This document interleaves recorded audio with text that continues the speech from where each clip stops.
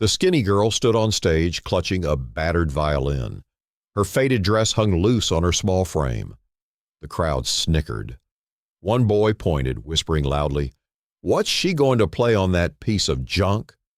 She closed her eyes, raised the bow, and struck the first note. Pure, haunting melody filled the room. The laughter stopped. Jaws dropped. No one had expected this, especially not from the girl they'd always ignored. They had no idea that in 20 minutes the entire room would be on their feet. Sarah woke at 4:45 a.m. every morning. The alarm never changed. Same cracked plastic clock, same harsh buzz cutting through darkness. She silenced it quickly before it woke Maya. Their apartment was cold, always cold. One room, peeling paint, a kitchenette with a hot plate that worked half the time. The window leaked air through a crack that grew wider every winter.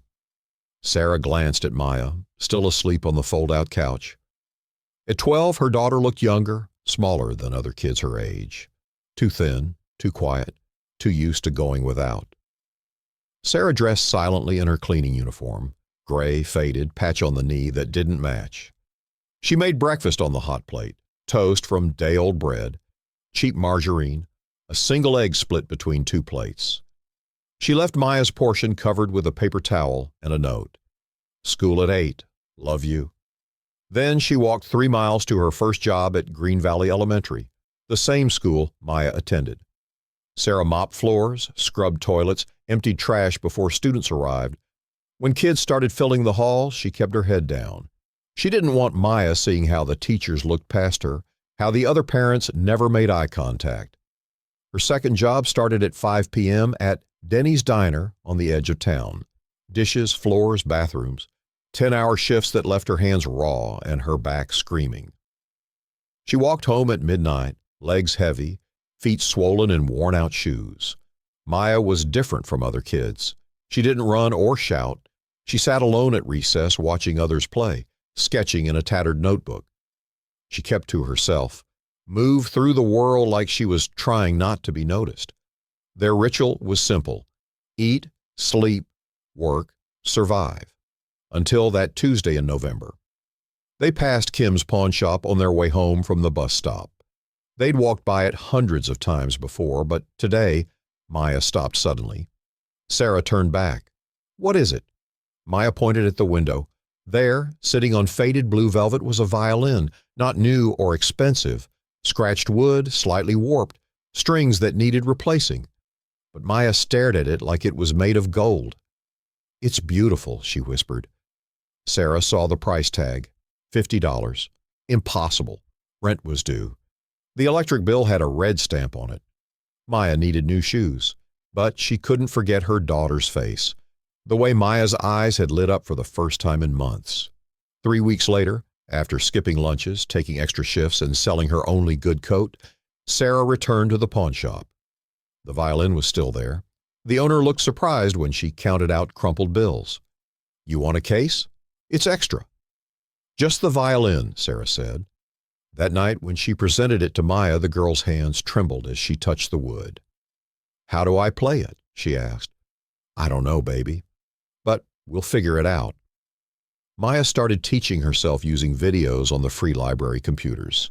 She practiced every night, the scratchy, halting sounds filling their small apartment. Neighbors pounded on walls. Sarah didn't care. Slowly, Maya improved. Hours of practice turned into something recognizable, then something beautiful. Her small fingers developed calluses. Her thin arms grew stronger. At school, she stayed in the music room during lunch, playing when no one was around. Until one day, Mr. Parker, the music teacher, stopped in the doorway. "Where did you learn to play like that?" he asked. "I taught myself," Maya said, gripping the violin tighter. "The school talent show is next month," he said. "You should sign up."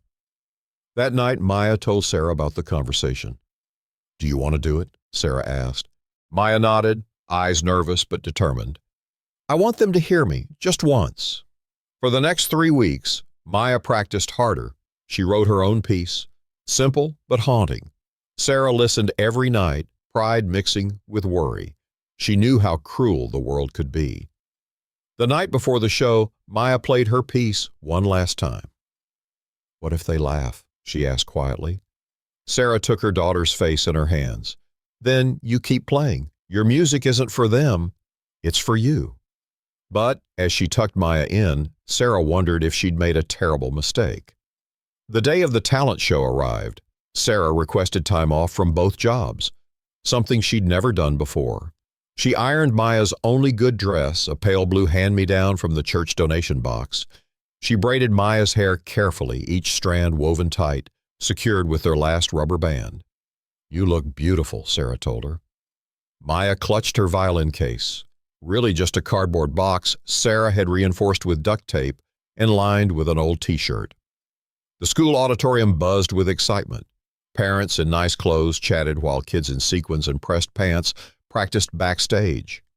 Sarah found a seat in the middle row, alone among family clusters, her cleaning uniform hidden under her one decent sweater. Backstage, Maya waited. Other performers whispered as she passed. "What's that box?" a girl in a sparkly dress asked. "My violin," Maya answered. The girl laughed. "That's not a real case." Maya said nothing, moving to a corner where no one would notice her. She tuned carefully, closed her eyes, and ran through her piece in her head. Her name was near the bottom of the program. One by one, acts took the stage, dancers in matching outfits, a boy performing magic tricks, two girls singing a pop duet. Each performance met with enthusiastic applause, proud parents recording on phones. Then, next up, Maya Wilson playing violins. Maya walked to center stage. The spotlight felt hot on her skin. She could sense the audience's confusion, their judgment, her faded dress, her homemade case, her secondhand violin. Someone laughed, a sharp, cruel sound from the front row. Another person whispered loudly enough for her to hear, "This should be good." Maya's hands trembled slightly. She looked out into the crowd, found Sarah's face, and took a deep breath. She placed the violin under her chin, raised her bow, and began to play. The first notes were soft, barely audible.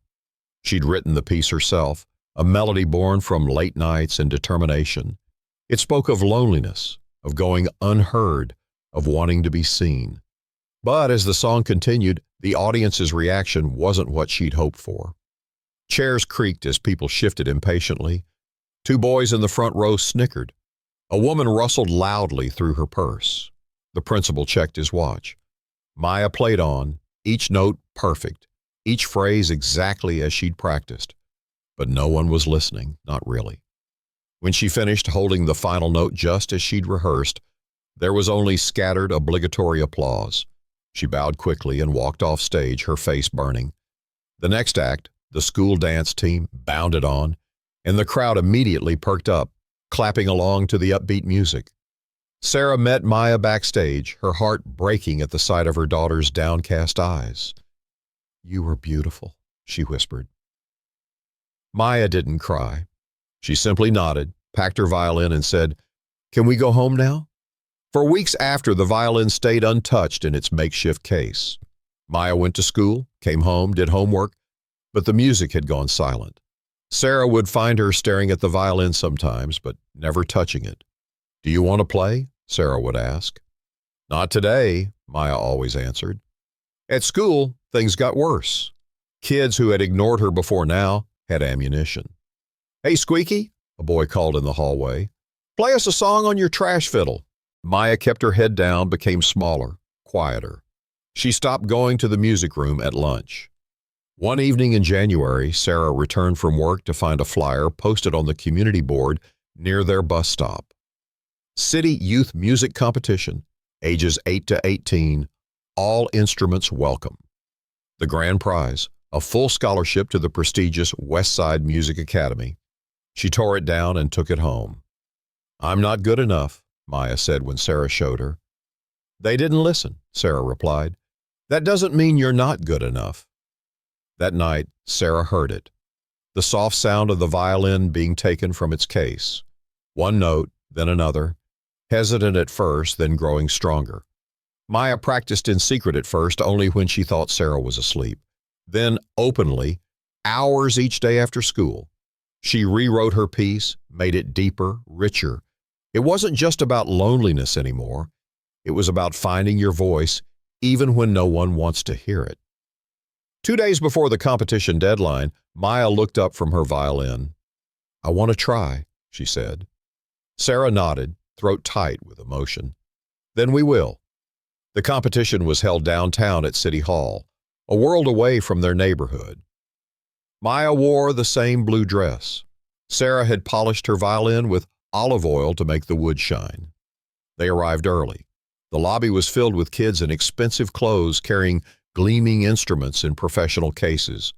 Parents networked, mentioning private tutors and prestigious music camps. A woman at the registration desk frowned at Maya's homemade case. "You're here for the competition?" "Yes," Maya said, lifting her chin slightly. "Solo violin." "Very well. You'll be number 43. They waited for hours on hard plastic chairs. When Maya's number was finally called, Sarah squeezed her hand. "Remember," she whispered, "play for yourself." Maya walked into the audition room alone. 3 judges sat behind a table. None looked up when she entered. "Name?" the middle judge asked, not lifting his eyes from his papers. "Maya Wilson." "How long have you been playing?" 8 months. Now they looked up, exchanging glances. "And your teacher?" a woman with glasses asked. "I don't have one. I taught myself." The 3rd judge, an older man with white hair, sighed audibly. "Very well, you may begin." Maya closed her eyes, took a breath, and began to play. The first notes hung in the air, fragile but clear. Maya's fingers moved deliberately across the strings, her bow steady despite her racing heart. The white-haired judge set down his pen. He watched her, head tilted slightly. The woman with glasses leaned forward, brow furrowed.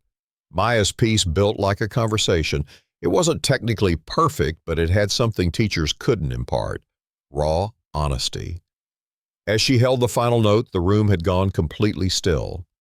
The white-haired judge cleared his throat. "Thank you, Miss Wilson." Maya turned to leave. "Wait," he said. "Where did you learn to compose like that?" "I didn't learn it anywhere. I just wrote what I felt." "Remarkable," he murmured. 2 weeks later, their prepaid phone rang. "Is this the guardian of Maya Wilson?" "Yes," Sarah answered. "This is Eleanor Reed from the City Arts Foundation. Maya has been selected as a finalist. The final round will be next month at the Civic Concert Hall. Dr. Bennett, our head judge, was quite insistent.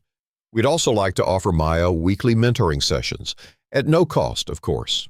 Maya's teacher was Dr. Bennett himself, the white-haired judge. "You have a natural voice," he told her. "Most students your age are technically proficient but have nothing to say. You're the opposite." He taught her proper technique, music theory, how to read notes instead of playing by ear, but he insisted she keep composing her own pieces. For the finals, play something original, something that matters to you. Maya's finals piece evolved over the weeks.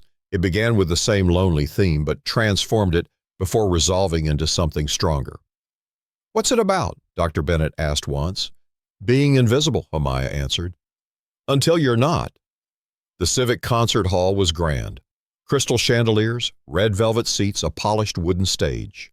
The audience was filled with wealthy patrons and critics. Sarah sat in the back row, still in her cleaning uniform. One by one, the finalists performed.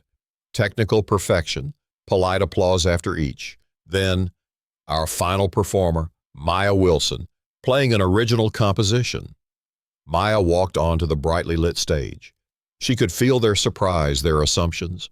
The poor girl in the faded blue dress, the second-hand violin. She raised her bow. The hall went silent. Maya played as if the violin was telling her story. All of it. The loneliness, the cruel laughter, the hunger. But also her mother's sacrifices, the first time someone really listened. The piece built and built until it broke through into something transcendent. Hope emerging from struggle, voice rising from silence. When the final note faded, the hall remained still for 3 heartbeats. Then the applause began, growing until people were standing, hands clapping in thunderous approval. Dr. Bennett was the first on his feet. His weathered face split with a rare smile. 3 days later, they received the letter. Maya had won first place, a full scholarship to Westside Academy, private lessons, and a new violin. At school, everything changed. Teachers acknowledged her. Students watched her with respect. A younger girl approached her after class. "I saw you on the news. I want to play music too, but my mom says we can't afford it." Maya looked at her. "Do you want to try my violin?" The scholarship included housing assistance, a small but clean apartment closer to the academy. For the first time, they had reliable heating. Maya had her own room with a desk for composing. One evening as Maya practiced, Sarah asked, "Do you ever think about that first talent show?" Maya nodded. "Every time I play." "Does it still hurt?" "No," Maya said. "I needed it. I needed to learn that some people won't listen no matter how well you play, and some people will hear you even when you're still learning." She lifted the violin again. "I don't play for applause anymore. I play because I have something to say." If you connected with Maya's journey, hit subscribe now. Have you ever been underestimated? Comment below. Remember, sometimes our greatest strengths grow from our deepest struggles.